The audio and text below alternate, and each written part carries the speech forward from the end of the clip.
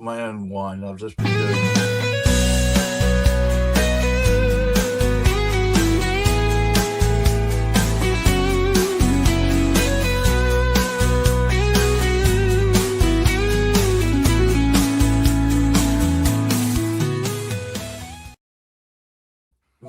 Bienvenue. Welcome once again to another property podcast.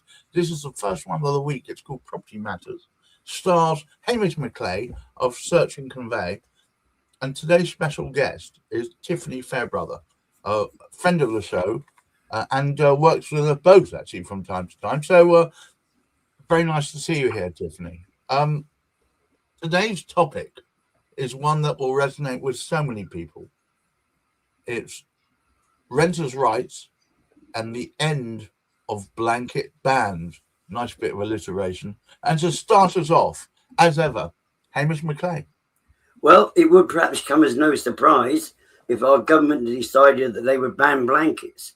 But that isn't the topic of conversation. When we speak about a blanket ban, and it's just creating awareness yet again, what we try and do with so many of our podcasts is create awareness to people out there, because a lot of things happen that people are not made aware of as sort of moving forward, but they become very, very important in the order of things. Now, this is another one which comes out. One could sort of perhaps look at it and sort of suggest what is actually going to be the outcome. Now, this is putting the onus on landlords to when they go around advertising their particular sort of properties as being vacant, they're looking for somebody, they're looking for a new tenant, they're looking for a new resident, that they cannot put down within their advertisement no pets or professionals only, or comments of that particular nature. And the tragedy of that is, ultimately, the solution, or in fact the offering, still comes down, the landlord makes the ultimate decision. It's not the person that's applying that makes the decision, because there's no reason why once the landlord goes through it, he just doesn't come back to what he was going to say in the first place. What could happen, and we will discuss this, because Tiffany, fortunately, she knows a little bit more about it than I do. However, if the landlord because he hasn't put down no DSS, no pets or whatever, is he going to get more applicants and therefore have more work to do to get through all the various people that, as we know, as soon as a vacancy arises, there is a massive number of people that just go, we want that flat type touch, and they get inundated with calls. Is it going to increase the number of calls? Is it going to make anything better for those who are looking for properties? Or is it going to be tougher on them as well? Well, I'm going to throw the first question over to you, Tiffany. What's your thoughts in response to what Hamish just said? So this whole blanket bans is very much a double-sided coin. I can see the massive benefits of it, obviously things like no pets, things like no professionals, because I know an awful lot of people that have struggled to find rented properties purely on the basis that they've got animals, which I think is ridiculous. What questions I have is the people that are looking for private rented homes that are on benefits, they're going to carry on. I believe it won't make a great deal of difference to them anyway, because to me, private rented homes can only be afforded by people who have private rented money. So in the sense that I mean that people on benefits don't necessarily have the money to afford a private rented home. Now, I know that people on benefits do get rent payments paid for them. However, if you look into it, they are only entitled to so much. So anybody on benefits that has rent payments paid from their benefits are entitled to what's called a local housing allowance. So you take in consideration my area. So anybody that is entitled to local housing allowance from my area, say a couple with one child entitled to a 2-bedroom house, is entitled to £136.93 a week. So over a month's basis, 4 weeks, that's just shy of £550 in rent.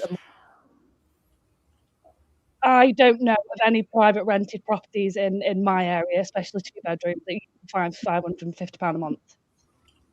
So anybody who is on benefits that would be looking for a private rented house would still be looking at paying out £150, £200 plus extra towards our rent. So as much as the ban on the blanket bans is a good idea in theory, there's a lot of extra things that need to be looked into as well. So what you're saying is that it may appear to be an easy way through, but in fact it comes with its own pitfalls. Absolutely, yeah. There's a lot of extra things in the background that need looking at before people can make the applications. And as we already know, the local housing allowance is froze for the next coming tax year as well anyway. So the rents are going up, but the local housing allowance is staying exactly the same. Hamish, this doesn't appear to be an equitable way forward. It just seems to be you give with one hand and slap round the face with the other. Well, there's not so much to slap round the face. It does not achieve anything other than the fact that some words are removed from somebody when you want to advertise a vacancy. It's still up to the landlord as to who he considers to be the most effective resident, tenant, client, whatever one wants to sort of put on it.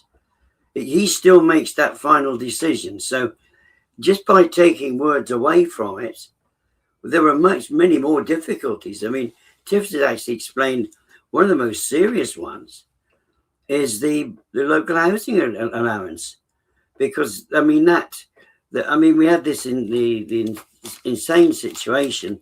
We can't just blame this government for it, because the Conservative government had done it previously, and it was only in 2024 that the local housing allowance was unlocked slightly and improved, so it could make it more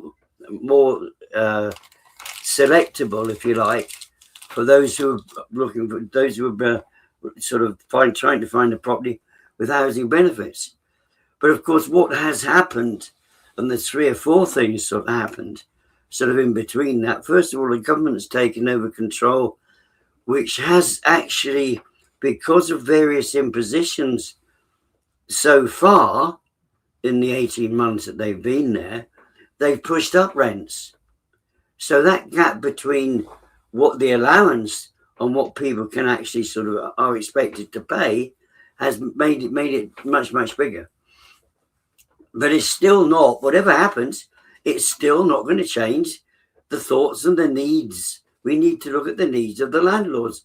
Landlords are not philanthropists. They would like, in many, many respects, and we know about some of them. I mean, Silas, who joins us quite regularly, so says it's far better and far more if you can maintain the rent at whatever it happens to be for as long as you possibly can, and only increase it when necessary. Now, this is what the private landlords do, and this is good to actually sort of see. However, to make life much, much easier for somebody looking for a property, it's not going to make it any easier at all. Because as Tiff was explaining to me yesterday about one particular client he knows of who spent something like, perhaps next door, Tiff explained, who was trying to find a property where she could actually sort of rent it out because she had pets. A lot of people have pets, and they're a great thing for anybody to actually sort of have. Our conversation earlier about cats and cat trays and such like things that came to the fore. However, what we would like to see, if we are going to introduce any kind of legislation, we would like it to simplify things and not complicate it. And I personally don't actually see doing that. But what we should point out is the whole object of this particular podcast is to create the awareness in people that this is going to be the norm as of, in fact, I'm sure, I can't remember what the dates are. I don't know the specific date, but it's about to happen, like many of the other things that are about to actually sort of come in. Yeah, it's definitely imminent. Tiffany, how will this affect you going forward? It won't particularly affect me, but it will affect a lot of people that I know.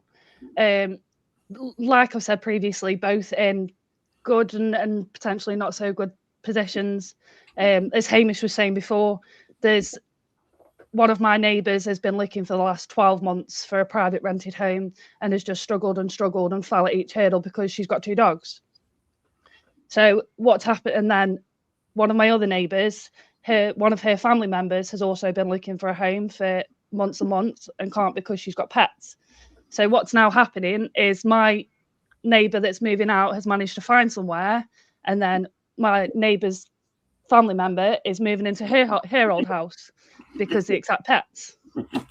It's the only way through, isn't it? Really? Yeah, it is. So in aspects like that, I think potentially it could help. But as Hamish said, they can make that first step of the application, but just because they've made the application doesn't then mean that they're going to be guaranteed the property, because ultimately it will still be up to the landlord. But surely going forward, people in that position are looking for a degree of solidity, that they know what's going to happen in the future, that their life becomes more predictable. This is going to make it anything but, surely. Yeah, this is going to make it anything but. I don't think it's going to make it's. I think it's going to give people false hope to start with, because I think people are going to apply for houses, think, oh yeah, we've got a chance because there's no blanket bans anymore. We can apply for anything that we want, for the landlord to just turn around and say no. But in the same stone, so I understand, because obviously, as Hamish just said, it's going to put more pressure on the landlord, more work for the landlord, because there's going to be more applications, where the landlord just wants to get somebody in as quick as possible because they've got their mortgage to pay. But the landlord, I think, only wants to have people in that he feels fit the rather narrowing criteria that they're going to put out. So surely, yeah, and I don't think I can't see this, because the rules are in place doesn't mean that anything's going to change, in my opinion. Oh dear. So these rules, Hamish, do you think they have any teeth? Well, like so much of what we do have, there's no regulation applied to it, but it'd be fairly evident if somebody we do have. I don't know. We've got the text police on about us at the moment. We need to be so careful about what we say about absolutely anything. Is this just another example of that? I think probably it is. Some people would have us believe it was, but I think it's more than that. The situation is, and it's in my innocence. I was innocent when I was. When was that then? When was that? Well, a few years ago now. When I first started my business, for example, anybody that was willing to buy the product that we were working with at the time, right, and a very, very basic product in those days, we weren't actually providing a full service. Anybody that wanted to buy it, I'd sell it to them. Now, I can't work with everybody. I don't want to work with everybody. I'd like to be selective about who I work with. There are certain criteria that must be there. If they're not genuinely reasonable people, it's a bit deeper than that. However, you get the understanding. Whereas I will work only with people that I trust. I enjoy their company. They're the sort of people that I like. They have values that are similar to mine. And landlords are exactly the same. They're just human beings. I mean, unfortunately, we've got, and I believe actually the Conservative government were doing this for a fair while as well. They were imposing so many different, I can't remember how many different changes there have been. I'm sure I saw something this morning. Tiff might have picked up on it as well somewhere or other. There's somebody who's saying since something like 2015, there's been 19 changes. You know, I think that's perfectly believable. And as a consequence, a lot of people just don't know what the heck's actually going on. And this Right. is just another of them. Is there any relevancy? A lot of them have imposed so much more upon landlords, thinking, so landlords are thinking. I mean, I know 2 landlords, actually. They just want to get rid of their properties. And in fact, this is going to be a loss because they're both very, very reasonable people. Friend of the show, Chris Gilson, who we've spoken to many times before, who is a property developer, says that more and more landlords are cashing in their tips as fast as they can. So we've got this situation. So people are going to have to tolerate the corporate landlords who really are going to make it even more difficult. I don't know what they can actually do as they choose because it's their property.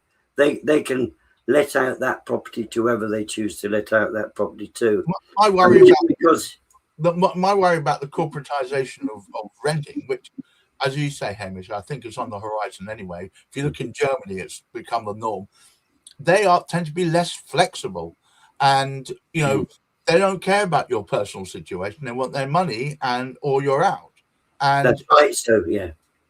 So if you can afford to pay for it, you can have it. And when you're actually looking for, and I mean, Tiffel that know this, particularly through some of the situations their colleagues have got into as well,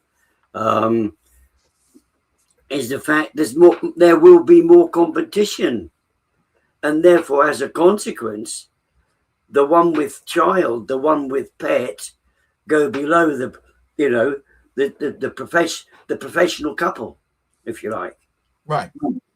And not only that, the professional couple can afford it. No strings attached, nice and straightforward. Because in the corporate sector, what they want is simplicity and repeatability. In the private sector, you get less of that, but you get more personality. And the worry for me is that the move from the private landlord towards the corporate landlord might be disastrous for communities that are built up in the rented sector. Tiffany, the move towards corporatization, which is so rife in Germany, where everywhere is owned by one place, that you often don't even have a telephone number. You have to interface with a chatbot to get things sorted. Do you see that? I mean, in my mind, it seems that disastrous move, but it's almost inevitable now. Yeah, absolutely. As Chris made the comment, so many smaller landlords pulling out now. It's going to be the only way that it can go. Wow, Hamish, we are running a little bit late. Would you care to take us home? Well, I think we've concluded that it really isn't going to change anything other than probably the workload of the landlord. It's not going to make it easier, and it's probably going to make it slightly more difficult for those putting in an application, because the thing is, people will look at it and say, oh, this is nice. In fact, Tiff mentioned this. Oh, look, this is nice and straightforward. There aren't any restrictions here. Let's apply. It's like applying for a job where nobody sort of suggests what the qualifications or what the criteria are for you to put in that application. You need to put something in there to give people the appropriate target, because then you say, well, that's a waste of time looking at that. Right. There's 35 properties coming up. Only 5 of those are going to be available to those people who are getting, they're working on benefits. It might even be less than 5 out of 35. And out of those 5, only one of them will take cats and dogs. Yes. So it's the various complications. If people were allowed to display what they could say, if they could say, oh, we can take dogs, we can take cats, we can take anything we can actually do, it would be far better. It would be a far more presentable way for landlords to be able to do it. So here we've got legislation complication instead of legislation simplification. And it's just taking words out from one direction, but it doesn't help anybody in the long run. It rather actually makes a bit more work. sadly. But it's not offering any solution, which is a bit of a shame.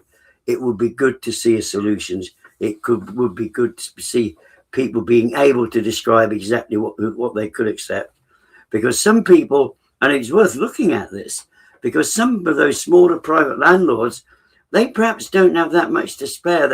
There was an investment, this particular property, and there might, because of what they're doing, they've kept that rent, kindly kept that rent down. They don't want to go to the increases. There, if you call it a profit margin, it's very often not even necessarily sort of profit. But if they're very, very low sort of margins there, and all of a sudden the expectation comes up, they've got to do that a little bit more. The local housing sort of affordability isn't such any longer, because they're like as Tiff explained earlier, the rents have gone right up. So anybody who's sort of on benefits cannot afford those anyway. So altogether, nobody benefits. So the landlord says, "I'm off ski." So, well, in the words of a Frenchman from 1850, plus ça change, plus c'est la même chose. The more things change, the more that they stay exactly the same. I'm neither buoyed up nor too dismayed by that. Frankly, I think there's more to come. Thank you so much, Tiffany, for taking the time to be here. Hamish, thank you for helping set this up. And to all of you watching, I saw about 50 of you suddenly arrive, and then after about 10 minutes leave. Do come back next time. We're going to be talking about more topics that affect everyone in the property market. And tomorrow we have Ipso Kind of Magic, one of my favorite shows, which is to do with the Association of Independent Personal Search Agents, of which Hamish happens to be the current chairman. And then on Thursday, we have Property Quorum. And on Friday, we have Cladding Matters. Don't miss out for them. But until next time, keep your feet on the ground, keep reaching for the stars, and please, in these troubled times, try and look after your mental health. Bye-bye now.